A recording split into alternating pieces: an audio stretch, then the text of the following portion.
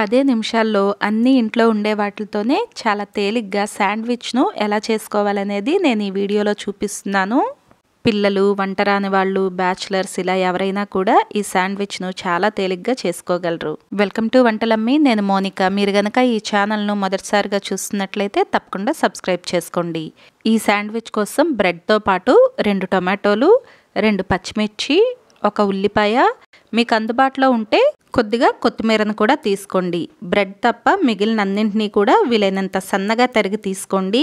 తర్వాత ఒక గిన్నెలోకి ఉల్లిపాయ తరుగు, అలాగే పచ్చిమిర్చి తరుగును వేసుకోండి. పచ్చిమిర్చి వచ్చేసి నేను ఇక్కడ 2 తీసుకుంటున్నాను. మీరు కారం తక్కువగా తినేవాళ్ళైతే పచ్చిమిర్చిని కాస్త తగ్గించి తీసుకోండి. సన్నగా తరిగిన టొమాటోను కూడా వేసుకోండి. టొమాటో వచ్చేసి ఉల్లిపాయ కంటే 2 ఎక్కువగా ఉండాలి. 1 ఉల్లిపాయ తీసుకుంటే 2 టొమాటోలు అన్నమాట. కొత్తిమీర తరుగు కూడా వేసుకుని దీనిలోకి ఒక 1/2 స్పూన్ ఉప్పు, 1/2 స్పూన్ కారం వేసుకోవాలి. ఇలా వేసుకుని ఈ మొత్తాన్ని కలిసేలాగా కలుపుకోండి. ఉప్పు కారం వచ్చేసి మీ రుచికి తగినట్లుగా మీరు వేసుకోండి. అయితే మనం పచ్చిమిర్చి 2 వేస్తున్నాం కాబట్టి కారం కాస్త చూసి వేసుకోండి. ఇలా మొత్తం కలిసేలాగా కలుపుకున్న తర్వాత దీన్ని ఒక పక్కన పెట్టేసుకోండి. శాండ్విచ్ తయారు చేయటం కోసం పెనం పైన 1 స్పూన్ నెయ్యి వేసుకోండి. మీరు నెయ్యి బదులు బటర్ కానీ నూనె కానీ వాడుకోవచ్చు.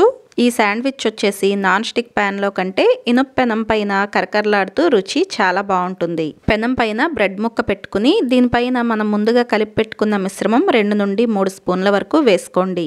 ఈ మొత్తాన్ని స్పూన్తో అన్ని వైపులకు ఇలా సర్దుకోండి. తర్వాత దీనిపైన మరొక బ్రెడ్ను పెట్టేసేయండి. ఇలా బ్రెడ్ను పైనుండి నొక్కుతూ నిదానంగా సన్నని మంట మీద ఒక 1/2 నిమిషం పాటు కాలనివ్వండి. పైవైపు 1 స్పూన్ వరకు నెయ్యిని ఇలా వేసుకుని ఈ బ్రెడ్ను రెండో వైపుకు ఇలా తిరిగేసేయండి. రెండో వైపు కూడా ఇలాగే నొక్కుతూ 1/2 నిమిషం పాటు ఇలానే సన్నని మంట మీద కాలనివ్వండి.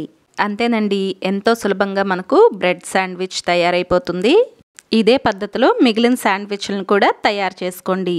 మనం చేసుకున్న ఉల్లిపాయ, టొమాటో తరుగుకి 3 శాండ్విచ్లు తయారవుతాయండి.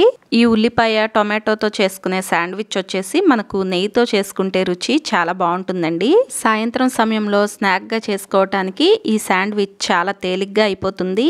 మరి వీడియోలో చెప్పిన శాండ్విచ్ తయారీ విధానం మీకు నచ్చితే వీడియోని లైక్ చేసి, షేర్ చేసి, కమెంట్ చేయండి. Thank you for watching.